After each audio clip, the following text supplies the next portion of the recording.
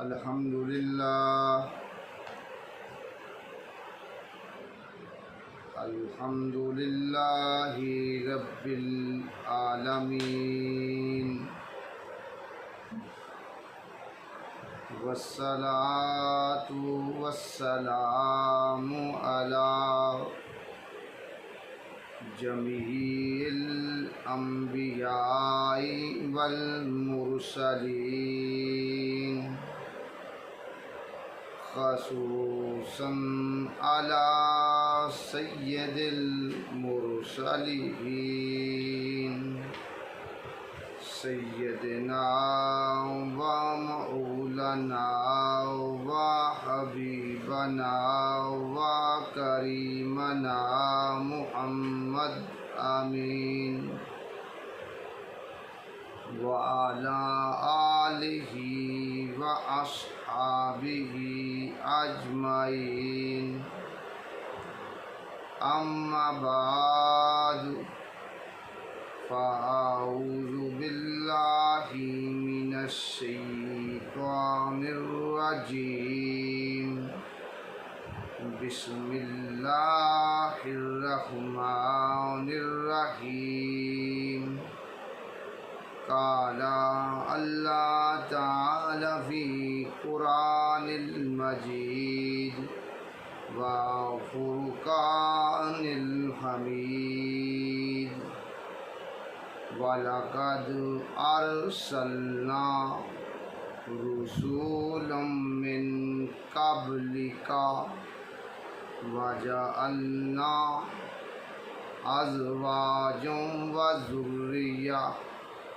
صدق اللہ العظیم الصلاۃ والسلام علیک یا سیدی یا رسول اللہ وعلی آلک و اصحابک یا سیدی یا حبیب اللہ الصلاۃ والسلام علیک یا سیدی یا رحمت الواسقین وعلی آلک واصحابک یا سیدی یا محبوب رب العالمین۔ اللہ تبارک و تعالیٰ کی پاک حمد و ثنا بیان کرنے کے بعد اور اپنے پیارے رسول حضرت محمد مصطفیٰ صلی اللہ علیہ وآلہ وسلم کی بارگاہ عالیہ عرفہ میں حدیۃً تحفۃً درود و سلام کے پھول نچھاور کرنے کے بعد معزز سامعین، حاضرین، ناظرین اور تمام شرکائے محفل، ہماری جانب سے آپ سب کو السلام علیکم ورحمۃ اللہ وبرکاتہ قبول ہو۔ معزز سامعین، جیسا کہ آپ لوگ سبھی جانتے ہیں کہ ہمارے دو بیٹوں کی شادیاں تھیں۔ آج اللہ رب العزت کی ذات اقدس کا شکر ادا کرنے کے لیے آج کی اس محفل پاک کو خصوصی طور پر سجایا گیا ہے، کیونکہ ایک مومن کے لیے یہ بات لازم ہوتی ہے، اس کی زندگی میں کوئی غمی آئے یا کوئی خوشی آئے، اس نے اپنے پیارے رب کا اور اپنے پیارے رسول صلی اللہ علیہ وسلم کا ذکر جو ہے وہ ضرور کرنا ہوتا ہے، یہ اس کے مومن ہونے کا یاد رکھیں ثبوت ہوتا ہے۔ لہٰذا ہم اپنے مولا کا خصوصی طور پر شکر ادا کرتے ہیں، اس نے اپنے اس ناچیز بندے پر اپنی خصوصی رحمت جو ہے برسائی ہے، اور الحمدللہ ثم الحمدللہ ہم اپنے 2 بیٹوں کی خیر و عافیت سے شادیاں کرنے میں کامیاب ہوئے ہیں، اور ہم اپنے مولا کا جتنا بھی شکر ادا کریں یہ ہمارے لیے کم ہے۔ تو لہٰذا ہم آج کی اس محفل پاک کو نکاح کی فضیلت کے بارے میں جو ہے ہمارا آج کا بیان ہوگا انشاءاللہ تعالی بشرط زندگی۔ کبھی اللہ پاک نے مجھے موقع دیا تو نکاح کے بارے میں ہم متعدد سیشن کریں گے، لیکن آج ذرا مختصر سی جو ہے اللہ اور اس کے پیارے رسول صلی اللہ علیہ وسلم کی بارگاہ میں حاضری جو ہے لگوانا ضروری سمجھتا ہوں۔ معزز سامعین، نکاح جو ہوتا ہے یہ ایک بہت ہی بابرکت، باعث رحمت، باعث محبت والا یہ عمل ہے۔ یہ اللہ پاک کے تمام رسولوں کی، تمام نبیوں کی سنت مشترکہ ہے۔ میرے اور آپ کے پیارے آقا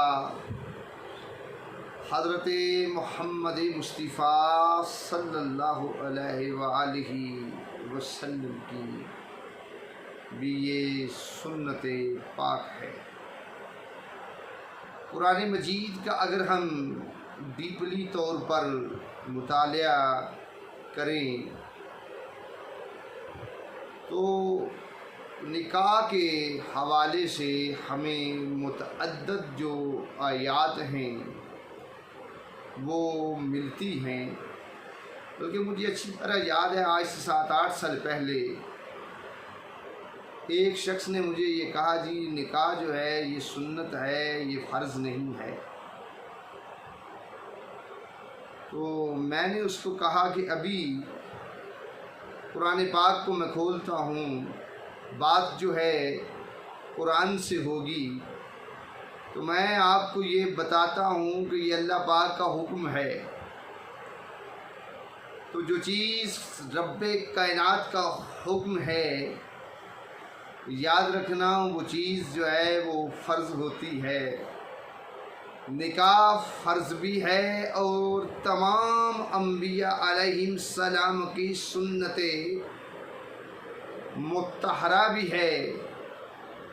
اور اللہ پاک کی یہ چاہت بھی ہے، مولا کی یہ خواہش بھی ہے کہ اس کے جو بندے ہیں وہ نکاح کریں۔ تو میرے دوستو، نکاح اس لیے بھی ضروری ہے کہ اس سے نسل انسانی کی بقا ہے۔ تو لہٰذا اس مختصر سے وقت میں قرآن پاک کی روح سے نکاح کے مفہوم کو سمجھانا چاہوں گا تاکہ آپ لوگوں پر یہ بات جو ہے یہ واضح ہو جائے۔ اللہ پاک نے اپنے پیارے رسولوں کے بارے میں یہ بات جو ہے ارشاد فرمائی ہے، اور یاد رکھنا اس کائنات میں سب سے اعلیٰ اور عرفہ جو ہستیاں ہیں وہ اللہ پاک کے پیارے رسول ہیں اور اللہ پاک کے پیارے نبی ہیں، جن کا مقام و مرتبہ جو ہے عام انسانوں سے یاد رکھیں اعلیٰ بھی ہے، والا بھی ہے، بلند بھی ہے اور فضیلت والا بھی ہے۔ تو رب کائنات نے سورہ رعد کی آیت نمبر 38 میں ارشاد فرمایا، اللہ پاک فرماتا ہے وَلَقَدْ أَرْسَلْنَا رَسُولًا مِّن قَبْلِكَ وَجَعَلْنَا أَزْوَاجًا وَذُرِّيَّةً، اور بے شک ہم نے بھیجے ہیں یعنی بہت سارے رسول اے پیارے محبوب حضرت محمد مصطفیٰ صلی اللہ علیہ وآلہ وسلم، آپ صلی اللہ علیہ وآلہ وسلم کی ذات اقدس سے قبل یعنی قبل کا یعنی اے محبوب صلی اللہ علیہ وآلہ وسلم ہم نے یعنی بہت سارے رسولوں کو بے شک آپ صلی اللہ علیہ وآلہ وسلم کی ذات اقدس سے پہلے جو ہے یعنی اس دنیا میں بھیجا ہے، اور ہم نے ان کے لیے بنائی بیویاں اور اولاد، یعنی ہم نے اپنے رسولوں کو بیویاں بھی عطا کی ہیں اور اولاد بھی عطا کی ہے۔ اس سے پتہ چلا کہ اللہ کے پیارے رسولوں نے جو ہے نکاح کیے ہیں، ان کی بیویاں بھی بنی ہیں اور ان سے اولاد بھی پیدا ہوئی ہے۔ یہ آیت اس بات کی خبر دے رہی ہے کہ اللہ کی جو سب سے پیاری ہستیاں ہیں یعنی اللہ کے جو سب سے خاص بندے ہیں ان کی بھی یاد رکھیں بیویاں تھیں اور ان کی اولادیں بھی تھیں، تو لہٰذا یاد رکھیں اللہ پاک جو ہے اپنے رسولوں کو جو کچھ بھی عطا کرتا ہے وہ ساری کی ساری جو چیزیں ہوتی ہیں وہ بہت زیادہ فضیلت و عظمت والی ہوتی ہیں۔ اس سے ایک بات کی یہ بھی سمجھ آئی کہ جو بیوی ہوتی ہے وہ ایک بڑی اعلیٰ عرفہ فضیلت و عظمت والی چیز ہے، اور بیوی بھی اور اولاد بھی یہ اللہ تعالیٰ کی طرف سے یاد رکھے ایک خاص قسم کی جو ہے یہ عنایتیں ہیں، اور یہ ایسی عنایتیں ہیں جو قرآن سے یہ بات ثابت ہو رہی ہے کہ اللہ رب العزت کی ذات اقدس نے اپنے پیارے رسولوں کو جو ہے یہ عطا کی ہیں یہ نعمتیں۔ تو میرے دوستو اس سے یہ بات واضح ہو گئی کہ نکاح جو ہے ہر نبی نے ہر پیغمبر نے جو ہے وہ کیا ہے، اور ہمارے پیارے آقا صلی اللہ علیہ وآلہ وسلم کی ذات اقدس نے بھی نکاح جو ہے کیا ہے۔ تو لہٰذا ترمذی شریف کے اندر موجود ہے اللہ تعالیٰ کے پیارے رسول میرے اور آپ کے پیارے آقا حضرت محمد مصطفیٰ صلی اللہ علیہ وآلہ وسلم نے ارشاد فرمایا، چار چیزیں رسولوں کی مخصوص سنت سے ہیں، چار چیزیں رسولوں کی مخصوص سنت سے ہیں۔ پہلی چیز میرے آقا نے فرمائی حیا، دوسری چیز فرمائی خوشبو، تیسری چیز فرمائی مسواک، اور چوتھی چیز فرمائی کہ نکاح، یعنی نکاح کرنا تمام انبیاء علیہم السلام کی سنت مستمرہ ہے، یعنی مشترکہ ہے کہ سارے انبیاء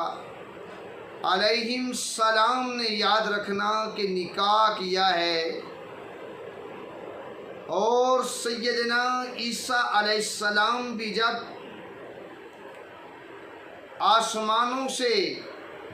اتر کر زمین پر آئیں گے، یاد رکھنا ان کا بھی نکاح ہوگا۔ تو میرے دوستو، مسلم شریف کے اندر اللہ کے پیارے رسول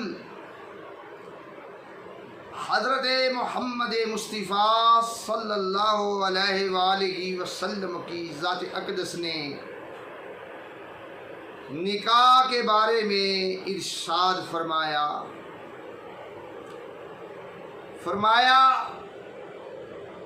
کہ نکاح میری سنت ہے، جس نے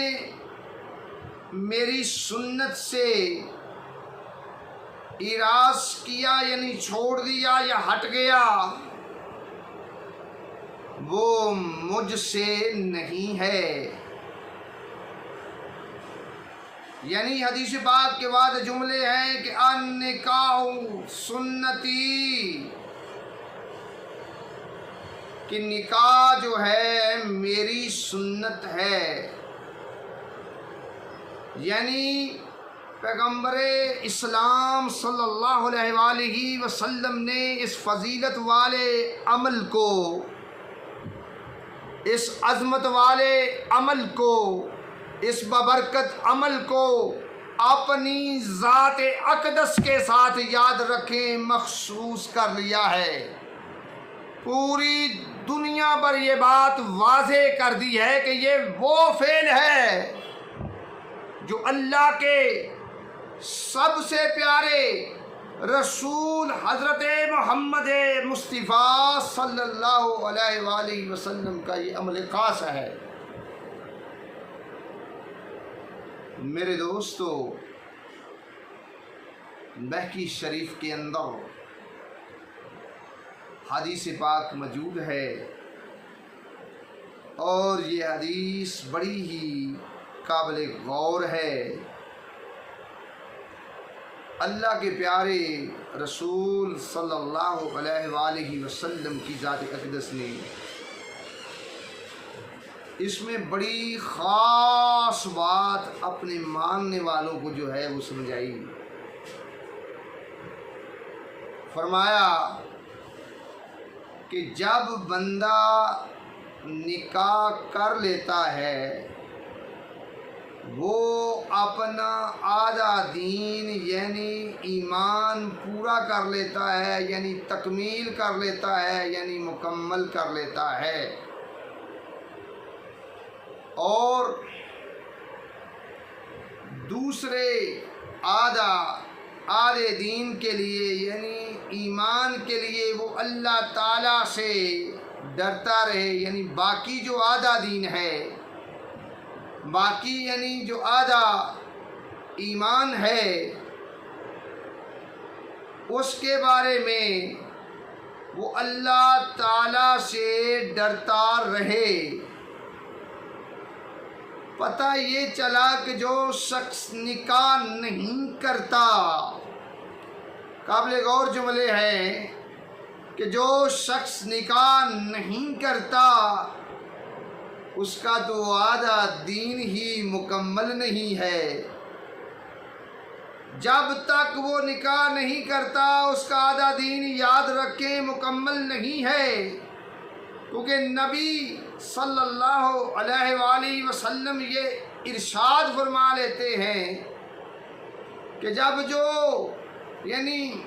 نکاح جو بندہ کر لیتا ہے وہ اپنا آدھا دین یعنی آدھا ایمان مکمل کر لیتا ہے۔ پتہ چلا کہ نکاح ایک ایسا فعل ہے، ایک ایسا عمل ہے جس سے بندے کا یاد رکھیں کہ آدھا دین جو ہے وہ تکمیل پاتا ہے۔ میرے دوستو، ابن ماجہ میں پیارے نبی صلی اللہ علیہ وآلہ وسلم کی ذات اقدس نے نکاح کی ایک اور حکمت جو ہے اپنے پیارے غلاموں پر واضح فرمائی۔ پیارے نبی صلی اللہ علیہ وآلہ وسلم نے ارشاد فرمایا، قابل غور جملے، آقا فرماتے ہیں جو اللہ تعالیٰ سے توجہ ہے، آقا فرماتے ہیں کہ جو اللہ تعالیٰ سے پاک صاف ہو کر ملنا چاہتا ہے، یعنی یہ بات سارے مومنوں کے لیے فرما دی، یعنی ہر بندے کی یہ چاہت ہوتی ہے نا، خواہش ہوتی ہے کہ جب میری ملاقات میرے رب کے ساتھ ہو تو میں پاک اور صاف ہوں۔ تو پیارے نبی صلی اللہ علیہ وآلہ وسلم یہ بات سمجھا رہے ہیں کہ جو اللہ تعالیٰ سے پاک صاف ہو کر ملنا چاہتا ہے وہ آزاد شریف عورتوں سے نکاح کرے۔ میرے دوستو، اس حدیث میں عورت کی شان، عورت کی عظمت، عورت کا مقام جو ہے یہ واضح کر دیا گیا۔ عزت والی، فضیلت والی، عظمت والی، شان والی، مقام والی، مرتبے والی، یاد رکھنا کہ وہ عورت ہے جو عورت جو ہے شریف ہے، اور شریف عورتوں سے پیارے نبی صلی اللہ علیہ وآلہ وسلم نے نکاح کرنے کا جو ہے وہ حکم دیا ہے۔ اور یاد رکھنا، عورت کا شریف ہونا اس کی یاد رکھے کائنات میں سب سے بڑی خوبی ہے۔ عورت کا شریف ہونا اس کا یاد رکھے سب سے بڑا زیور ہے۔ عورت کا شریف ہونا اس کا سب سے بڑا حسن ہے۔ عورت کا شریف ہونا اس کی یاد رکھے سب سے بڑی ڈگری ہے۔ عورت کا شریف ہونا اس کا سب سے بڑا جو ہے منصب اور عہدہ ہے۔ اگر عورت کے پاس یاد رکھیں ڈگریاں ہیں، تعلیم ہے، لیکن شرافت نہیں، وہ صالح نہیں، تو یاد رکھنا ایسی عورت جو ہے وہ مقام اور مرتبے والی نہیں۔ یعنی دنیا کا بہترین سرمایہ صالح عورت کو میرے اور پیارے آپ کے پیارے آقا حضرت محمد صلی اللہ علیہ وآلہ وسلم نے قرار دیا ہے۔ تو میرے دوستو، یہ جو چند ایک احادیث آپ کے سامنے میں نے بیان کی اور اللہ پاک کا فرمان بھی سنایا، اس سے جو ہے چند ایک باتیں جو ہیں ہماری سمجھ میں کھلی طور پر جو ہیں واضح ہو رہی ہیں۔ یعنی بندہ پاک اور صاف یاد رکھیں اس وقت ہوگا جب وہ نکاح کرے گا، کیونکہ نکاح کرنے سے بندہ جو ہے نظر بازی سے، بدفعلی سے، بدکاری سے، زناکاری سے اور یعنی فحاشی سے بندہ جو ہے وہ محفوظ رہتا ہے، یعنی پاک صاف رہتا ہے۔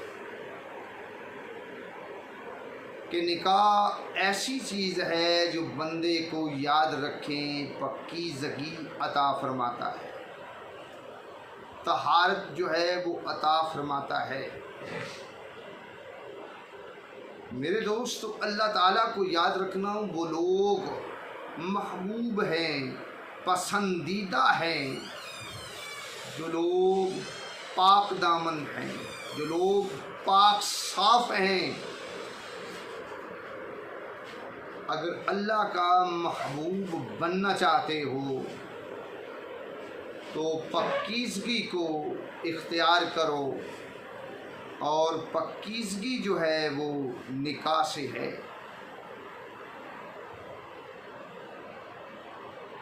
میرے دوستو، اگر یہ چاہتے ہو کہ آپ کا دین جو ہے،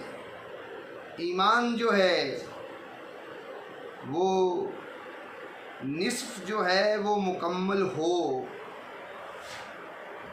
اس کے لیے یاد رکھنا نکاح کرنا جو ہے وہ ضروری ہے۔ اور کچھ لوگ، یاد رکھنا ایک اور بڑی اہم بات ہے جو پوری دنیا کے سامنے آج واضح کر دینا چاہتا ہوں، کہ کچھ لوگ کہتے ہیں یار ابھی جو ہے نا وہ شادی نہیں کرنی، نکاح نہیں کرنا۔ کیا بات ہے بھائی؟ وہ جی ابھی حالات ایسے نہیں ہیں کہ وہ کیسے خرچہ چکا جائے گا، کیسے یہ ایسے معاملے ہوں گے۔ اور میرے دوست ذرا غور کر، جیسا کہ میں نے شروع میں عرض کیا کہ نکاح جو ہے یہ وہ عمل ہے، کہ وہ فعل ہے جو ہے ہی باعث برکت ہے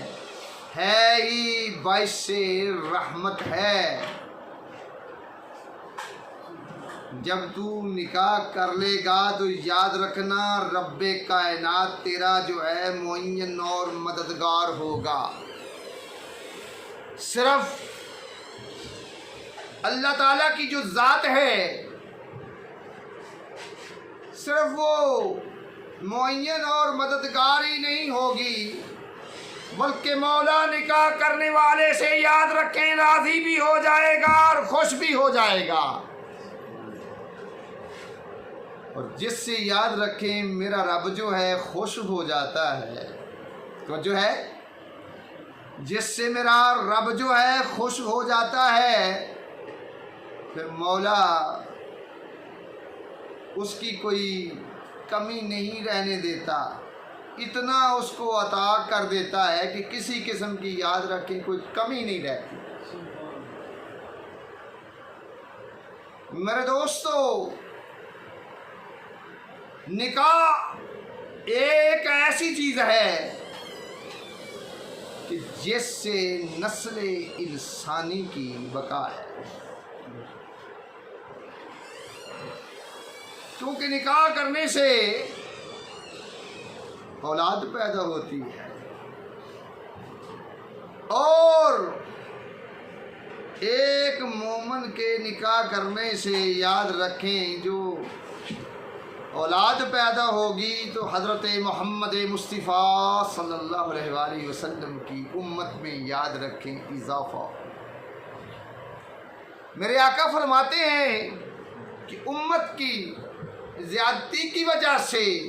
یعنی اپنی امت کے زیادہ ہونے کی وجہ سے میں قیامت کے دن دوسری امتوں پر جو ہے، یعنی دوسرے نبیوں پر جو ہے میں فخر محسوس کروں گا۔ میرے دوستو، نکاح سے جو ہے اولاد پیدا ہوتی ہے، اور محمد مصطفیٰ صلی اللہ علیہ وآلہ وسلم کی امت میں یاد رکھیں اضافہ پیدا ہوتا ہے۔ اور دوسری قابل غور بات ایک اور بھی ہے، ان لوگوں کو سمجھانا چاہتا ہوں جو ہمیشہ نکاح کے عمل سے دور بھاگتے رہتے ہیں۔ جیسا کہ میں نے عرض کیا کہ نکاح سے اولاد پیدا ہوتی، اولاد جو ہے یاد رکھنا، اس کا ذکر میرے رب نے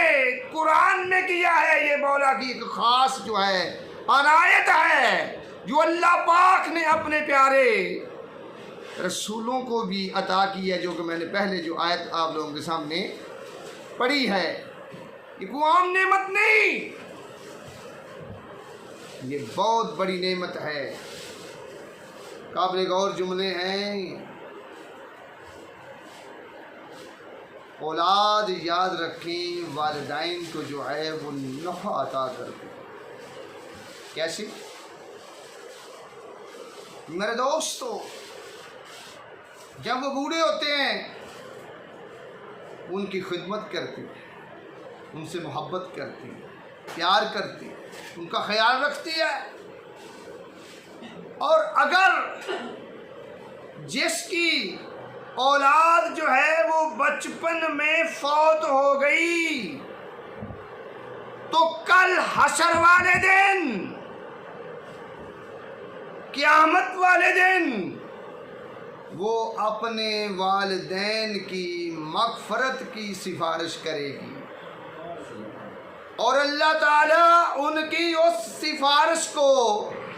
قبول فرمائے گا اور والدین کو جنت میں داخل کر دیا جائے گا۔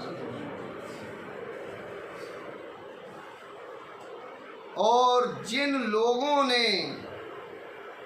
اپنے مرنے کے بعد اولاد کو چھوڑا، اگر ان کی اولاد نیک اور صالح ہوگی تو وہ ہر روز والدین کی بخشش کے لیے دعا مانگے گی، اور ان کی دعا کو یاد رکھنا میرا رب جو ہے وہ رد نہیں کرے گا، اور ان کی اس دعا سے والدین کی نہ صرف مغفرت ہوگی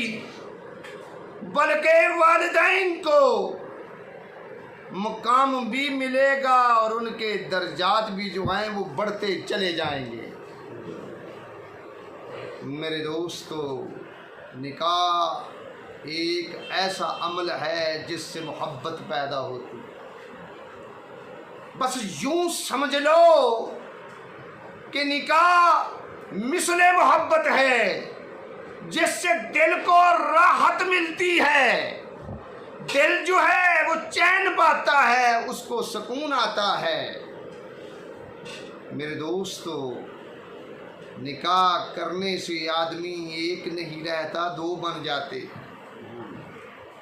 وہ دونوں میاں بیوی جو ہوتے ہیں ایک دوسرے کے مددگار بن جاتے، ایک دوسرے کا لباس بن جاتے ہیں،